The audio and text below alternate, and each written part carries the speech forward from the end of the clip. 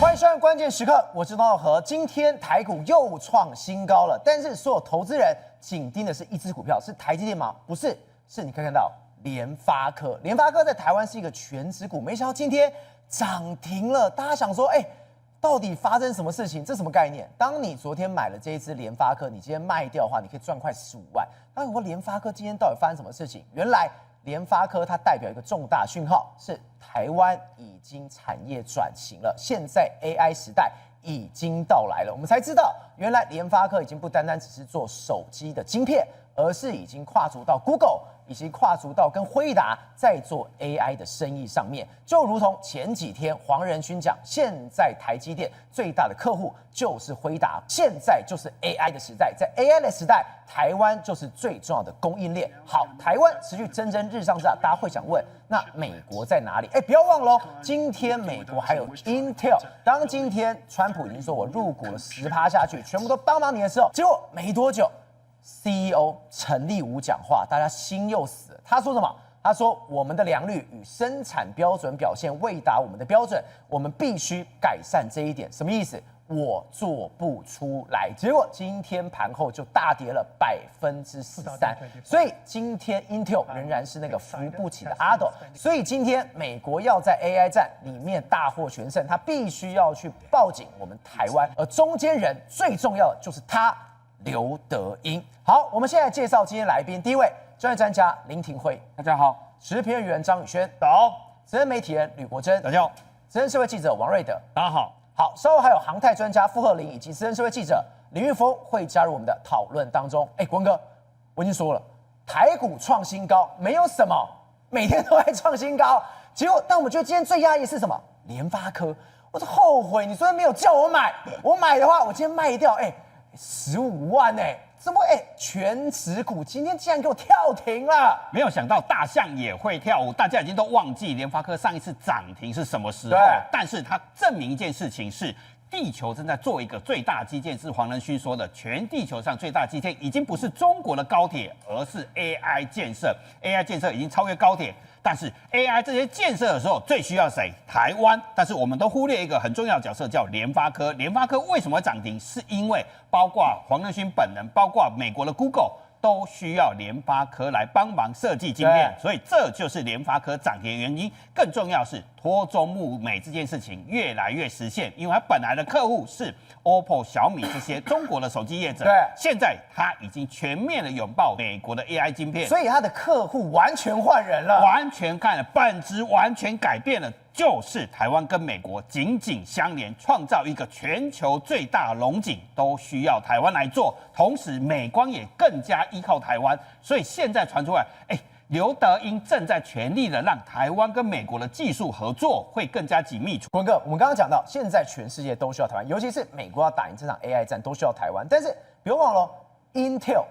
前几天他才讲，我接到战争部很大的订单人嘞，没错。为什么联发科今天涨停？还有台湾的半导体供应链为什么这么受到瞩目？还有一个原因就是英特尔今天发出了警报，他找了川普帮忙投了10亿美金，甚至国防部给战争部给他订单也没有用，找了罗威人也没有办法改善问题，因为他发布财报的财测说什么？糟糕，我的良率发生了问题，我只有少部分的良率达到客户的要求，然后对毛利会造成压力，然后他其实已经没有办法满足客户的订单，所以他现在碰到什么问题？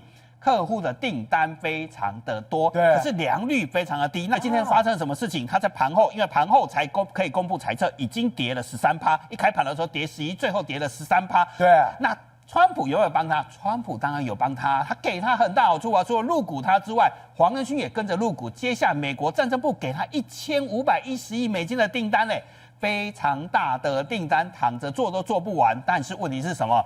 他的 18A 的制程就是1.8奈米的制程，号称要超越台积电的制程，其实良率根本做不到，内部压力非常的大，而且低于我们希望看到的水准。你知道，他讲这句话，其实大家看的有点可怕，仅有一小部分，那真的低到很可怕。如果你把它用大家想象的仅有一小部分，代表它良率可能连几10%都没有达到。真的假的？这句话意思就是让吓坏所有人为什么大家盘后所以它今天晚上开盘一定会大跌，加上台积电、联发科这些一定会大涨嘛。更加证明一件事情，他找了罗威人去，有没有用？没有用嘛，就是找鬼来开药单嘛，有用吗？没有啊，良率还是拉不上来嘛。现在战争部可能接下来1500亿，你能够满足他吗？你要么做不出来，要么赔钱做嘛，因为良率很低嘛。那这样 Intel 不就完蛋了吗？它完蛋了，但是它还是有解方嘛，所以同时发布这个新闻之后，马上台湾的专业报纸的媒体马上出现这个新闻，其实几乎是同步嘛，两个就是同步 ，Intel 与联电传将世纪大合作，他来台湾找救兵了。没错，几乎所有的救兵都在台湾，这就是我们签的台美关税协议很重要的地方，双方零关税。找台湾合作，我把产能部分移到台湾，对，一样可以免关税嘛。所以这个世纪协议有多么重要，就可以看得出来了。所以英特尔正评估把自家独门的超级电容，台积电叫做晶片供电的技术导入给联电，双方已经有12奈米跟14奈米的技术导入了。接下来要把超级电容，那这个超级电容用在哪里？就是这些18A， 就是1.8奈米和2奈米的，要给联电。所以现在联电前几天也突然大涨，是因为等于取得了什么先进制程，还有接下来双方会在先进封装也会合作，所以需要什么？联电帮忙解决它良率太低的问题。接下来可能在台湾做后段的先进封装，把部分产能给台湾，让它的晶片能够顺利的生产出来。所以现在英特尔，川普救也没用，罗威人也救不了，谁能救英特尔？台湾。坤哥，那我们今天觉得最惊讶是什么？联发科，我们刚刚在讲涨停，这数字全部人都没办法想到的。对，今天真的吓坏很多台股投资人，所以很多人说发哥是挖到金矿了吗？发哥挖到金矿啊！南亚科是我大哥啊，立基环董也要跟着涨上来。我告诉你，发哥不是挖到金矿了。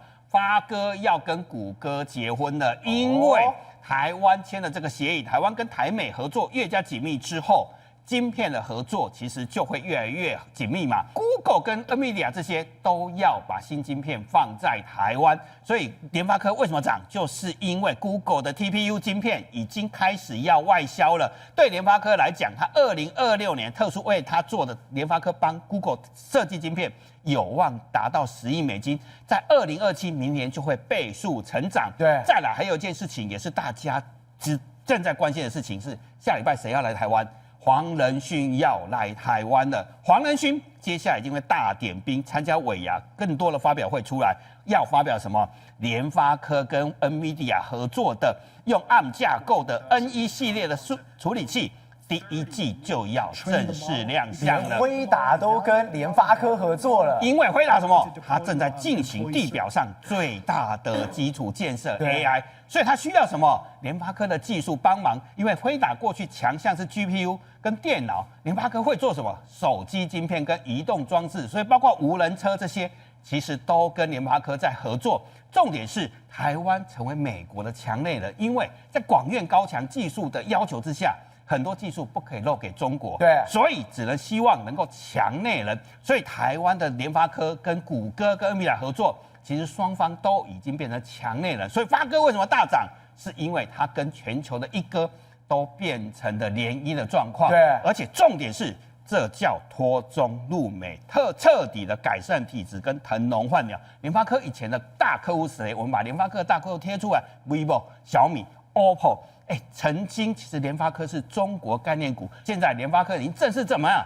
腾笼换鸟，拥抱 AI 了，所以大家给它这么大的期待，甚至有人预估联发科搞不好很快追上台积电的脚步，因为它是下一个重要的 AI 概念股。好，更重要的是还有下一个合作即将要登场，就是台湾跟美光合作，还有台湾跟加州伯克莱大学会不会有很多合作？今天加州伯克莱大学就发表说，刘德英会促进双方更多的技术合作。所以今天台美的合作上面最关键、最幕后的搭桥者就是他，刘德英。好，你们知道过去所谓的 AI 晶片，它必须有2个很重要的构建起来，包括 NVIDIA 的 GPU 的晶片，还有三星跟海力士的 HBM 的记忆体晶片。那第3名是美光。那过去的1年，韩国出口到台湾大量增加，金额非常的大，就是因为进口大量的什么三星跟海力士的 HBM。对，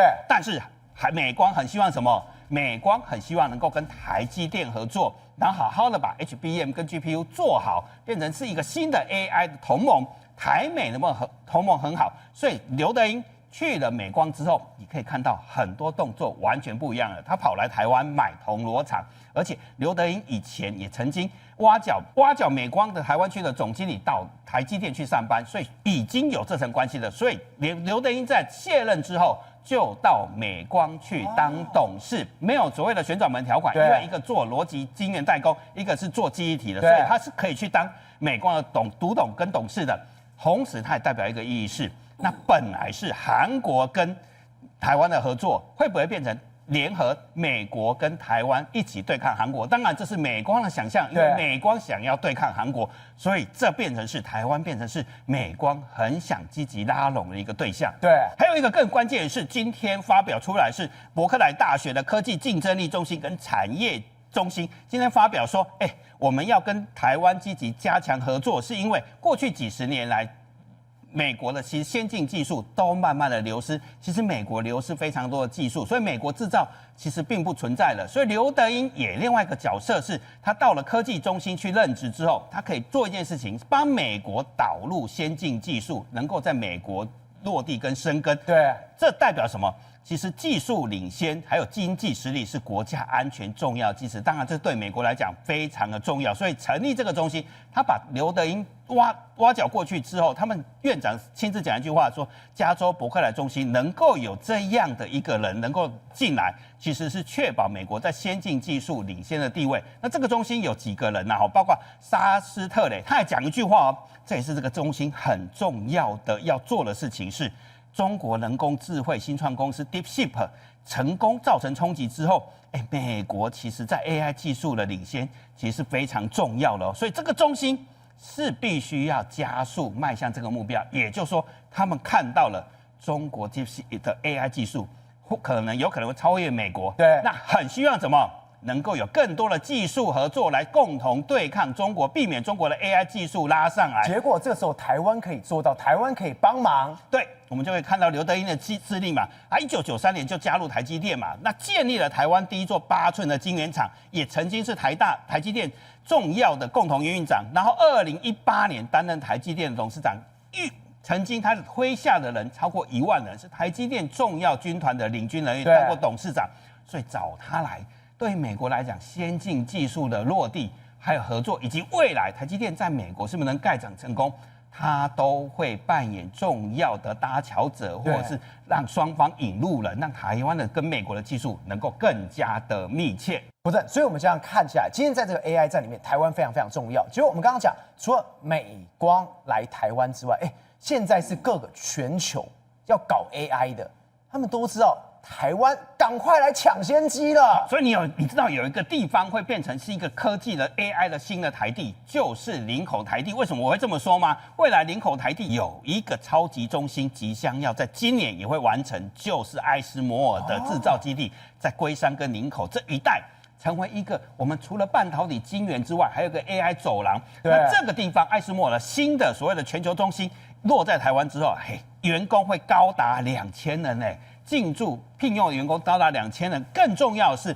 有些重要的关键模组只有台湾跟荷兰本地才能生产。对，等于他把最重要生产基地除了荷兰之外，另外一个基地就是台湾。所以这样一路看呢，是全球把他们最关键的技术都拿到台湾来了。好，为什么他要来台湾？是因为台湾有他无法抗拒的条件。有什么条件你知道吗？我们从南到北看一下的时候，有多少的他必须要极紫外光机？台湾的客户除了台积电之外，南亚科，还有刚才讲为什么刘德英未来角色很重要，美光在桃园、台中，还有未来铜锣有厂，还有南亚科在新北也是林口也有厂，加上台积电，黄仁勋说他还要再盖20个厂，你想？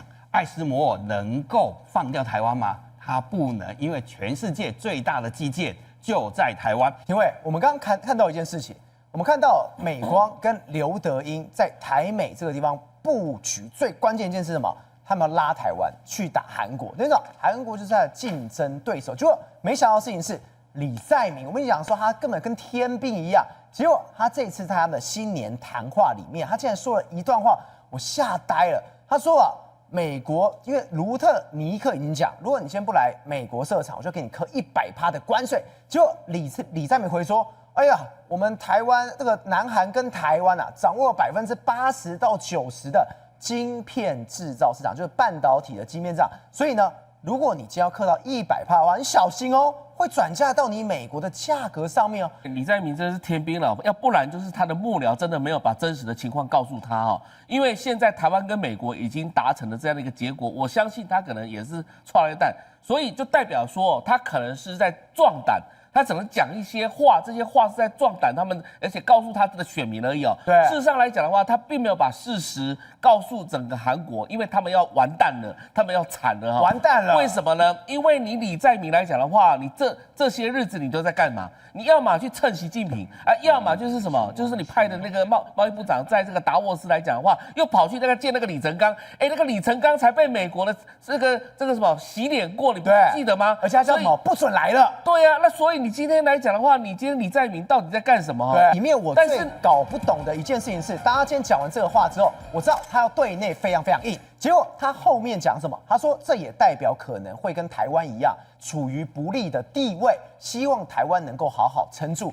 就是说，你不要拖我下水啊！你要对美强硬，不关我的事啊！这很好笑啊！你要自己对美国强硬，然后美国如果未来要修理你，你怎么会把台湾拖下水呢？我们今天台湾来讲话乖乖的，然后跟美国互相配合，不是吗？我们是零关税哎！你刚刚提到了，我们占了将近有8、9成的这样的部分，就是说对美来讲的话，韩国你大概只占1成而已呢。那你现在来讲的话，你既然有那个底气，你把台湾拖下水干什么？所以显然他心慌了。他心慌了，他心里拿不出任何这个招数来怎么去应对美国现在使的这一招。但是更重要的一点是什么？就是韩国你自己要知道啊，你真正的对手是谁？你怎么会是跟美国这边呛呢？对不对？你怎么会呛美国说，这个是80-90%，你自己会受害呢？对，美国才不会理你这一套。结果你李在明呢，你有没有回去看一看你的资料？你很多的技术啊，过往来讲的话，三星的、海力士的很多的技术不是被中国偷走了吗？所以中国在偷你的半导体的技术，还偷你的人才。然后你现在假设啦，你的三星来讲的话，你要去跟美国那边投资来讲，你是不是从中国这边也要撤离它的市场？那我们台积电没有被它整个绑住啊，我们台积电唯一就是在南京设厂而已。但是你三星多久跟中国之间是挂在一起的？这一张图真的是写得非常非常糗。这个是韩国的中央日报去报道，它的标题说什么？走私到海外的 K 半导体有一半最终流入到中国。等一下，这标题跟大家讲，你韩国跟中国好，你的技术被偷光光。对，你看179起当中啊，里面有33起是试图将它输出韩国的。对，那33起当中，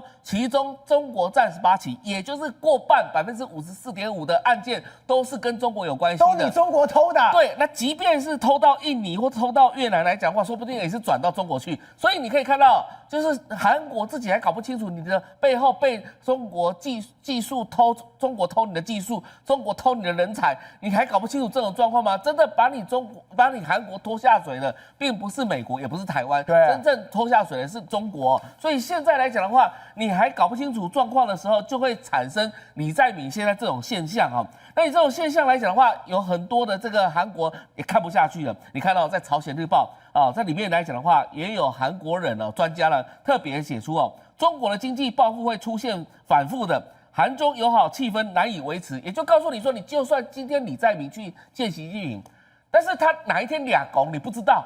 你像乐天的事情一样，我韩国只是要让美国去驻扎什么这个萨德系统，然后你乐天就被制裁。那我相信李在明他今天做了一个亲中的这个动作，到时候川普就说，韩国你那个地方什么地方我要再部署什么东西的，我美国的金融系统我也需要你这个地方来配合，我要部署什么东西下去，你又开始做这个动作的时候，中国马上又要报复你李在明了。所以你对这种国家，它是一个不稳定的国家，他今天只要看到你李在明做一个什么动作比较亲美的动作，或是亲日的动作，他中国的这个制裁马上就下来。更何况中国跟韩国之间本来就在黄海就有很多的这个争议了哈。对，比如说之前我们的讨论过的，它虽然做什么海上牧场、海上的这个所谓的钻井平台，但是事实上很多人认为说，那根本就是对韩国来讲的话，可能是一种监视的一个状态。还有什么，中国的渔民都去侵犯韩国的这些渔产啊，所以你看到韩国的警察都直接对中国的渔民开枪。所以显然一件事情就是说，当你李在明搞不清楚所谓的敌我的意识的时候，你就会做出这种出尔反尔啊。但是当你在讲话的时候，千万不要把台湾拖下水，因为台湾不想跟你一起被美国制裁。瑞德哥，我今天觉得最惊讶的两个事情，第一个事情是什么？联发科哇，全指股直接涨停外。第二个事情是什么？古立言，没有古立言在参加活动的时候，他竟然曝光了这个事情。他说，现在美国的诺斯洛普格鲁曼公司已经在台湾建设了中口径弹药的测试场。我心想，这是美国的技术寄转到了台湾呢。没有错，美国的军火商第3大的军火商，那么已经在台湾架构所谓的中口径弹药试验场完毕。对。你知道这个中口径弹药试验场是什么意思吗？是30机炮。30机炮，你知道是什么东西吗？如果你不知道是什么东西，好，我们300多辆的云豹装甲车的主要的炮就是30机炮。对，然后呢，紧接下来阿帕奇武装直升机上面呢也有30机炮。好，如果你觉得这个30机炮好像听起来没有那么强，那我就跟你讲一个武器，是现在全世界很多这个地面部队闻风丧胆的，叫做 A-10。油猪相关的攻击机，油猪攻击机就是一架这样飞过来，有没有？对。每次美军要求对地面部队被这个对方给困住了，美国就要求这个油猪攻击机过来了以后呢，扫射，梆梆梆梆梆梆梆梆，好的，你就听到那个声音，而且它最可怕的是什么？打到了以后呢，你才听到它发射的声音。什么意思？它最可怕的地方在这里。这个油猪的攻击机呢 ，A-10 呢，你看它砰砰砰打出去，对不对？对。它事实上打出去了，也这个30机炮打出去了以后，因为30机炮的速度比较快，所以它打中你了，你才听到；它已经打中你了，你才知道它发射了。所以呢，为什么很多的部队，世界各国的部队听到 A-10 呢，比听到什么 F-16啦还要可怕？吓死！因为它一架过来就可以端掉你整个地面部队了嘛。那么这个所谓的复仇者机炮、加特林机炮，哒哒哒哒甩，对不对？总共1174发这个相关的30机炮不要小看它，它里面如果用这个平右穿甲弹的话呢，连这个装甲坦克一样打过去，对，一样打穿，直接穿了。最有名的就是沙漠风暴的时候，那次的战争，114架的美国 A-10 呢，端掉了900多辆的伊拉克的坦克，2000多辆的装甲战斗车辆，还有包括1200多个火炮阵地140台用这个等于说直接30机炮直接就啪啪啪打成你这个样子啊，那你说它猛不猛，威不威啊？所以呢，那么30机炮我们台湾有没有？有，不过过去台湾都要跟美国买，对，所以我们台湾都要跟美国买。那现在乌克兰战场告诉我们一件事，请问一下，台湾有没有像乌克兰一样？可以跟欧洲其他各国透过陆地的卡车，还是透过火车，源源不断的把这些炮弹、支援的炮弹呢给运过来？没有。对，中共如果在太平洋这一端1到2个航母战斗群靠在这个地方，就把你台湾、美国要过来、日本要过来，都全部封锁住了嘛？那怎么办呢？那你自己本身要撑得下去，所以才有这个30机炮的相关的由台湾寄转给台湾，我们来造。那这个试验场在什么地方呢？现在已经在高雄已经落成了，但它地点不肯讲，没有讲。我再补充一下，30机炮还有一个特点。全世界，尤其是老共很多的无人机嘛，那你用飞弹打无人机，柯林大炮打小鸟浪费钱，对不对？那你要怎么打无人机？方阵快炮跟这个所谓的30机炮就是最好的东西。为什么呢？而且不能用这个人工识别，人工识别目测太慢了嘛，要 AI 直接扫的。这1.25兆费用里面还有一个很重要的东西，就是 AI 系统。AI 系统不是只有，我跟你讲你想一个概念。以前我们的天弓飞弹跟爱国者飞弹是不能同时在一个机构在一个地方同时指挥。对，为什么？因为美制的跟中科院的是不相容的嘛。那现在要相容之外呢，全部用 AI， 中共的飞弹、火箭弹、各式各样的东西都过来的话，放下去，我在10秒钟之内立刻可以知道哪个阵地、哪个阵地、哪个阵地。我今天在这个林口了，今天还是在淡水哪个阵地的飞弹，你去拦截最 OK。对，然后呢，你的无人机出现了以后呢，我那个小型的雷达，我告诉你，台湾不是只有乐山雷达啊。台湾有各式各样的，包括海军、空军，还有陆军，还有包括海巡署雷达，在西部的制高点全部都密密麻麻都是雷达。那30机炮就是打你无人机最好一个工具。如果导入 AI 的话呢，那么直接由电脑 AI 锁定直接打，你知道吗？这就是这一次在1.25兆里面的最特殊的一个 AI 这个价值的东西所在嘛。那我们以前的主力战车勇虎战车是用1洞5炮，我们还是要跟美国买。对，我们的1.2洞炮，也就是 M1A2T 108辆的坦克，对不对？要跟美国买。我们的155的榴弹炮，我们的主力炮就对，要跟美国买。那我们的155榴弹炮、1.2洞炮、1洞5炮跟30机炮，以后都由美国授权直接在台湾做。对，技术转移、技转。我们现在台湾这么多，我们以前荒废的这个弹药库呢，现在都整理好了。对，我们把它整理出来干嘛？要放这些炮。你看，这只是开始啊，紧接而来可能有更多各式各样的这个等于说飞弹。那么赵尔，你不要忘记一件事，美国引以为傲的战斧巡弋飞弹是最了不起的嘛？对，包括这个炸世界，这次去委内瑞拉发射了100多枚啊，把委内瑞拉的这个炸得一塌糊涂等等啊。他卖给日本的400枚的战斧巡弋飞弹，是日本人造的，是在日本造的，打造这个战斧巡弋飞弹，他给你寄转收寄转费用嘛？对，那台湾也是一样，所以呢，台湾不仅无人机、无人艇，还有包括各式各样的炮弹，还有以后包括各式各样的飞弹，我们都可以台湾跟美国合作，一起在台湾直接制造。为什么不要？如果如此一来，我们就可以囤积一大堆我们的这个等于说豪猪理论啊，我们不断的出拳，我不需要像以前反攻大陆一样要拳打得那么远。说回来，但是我1出、2出、3出，我可以一直打，因为你有源源不断制造的这相关的炮弹跟这些飞弹。对，为什么不健全台湾的国防实力呢？宏观取材，厘清真相，犀利精准，深入剖析，时刻掌握关键新闻时事，不漏接。老时段，新气象，我是钟浩和，关键时刻2.0全新出击。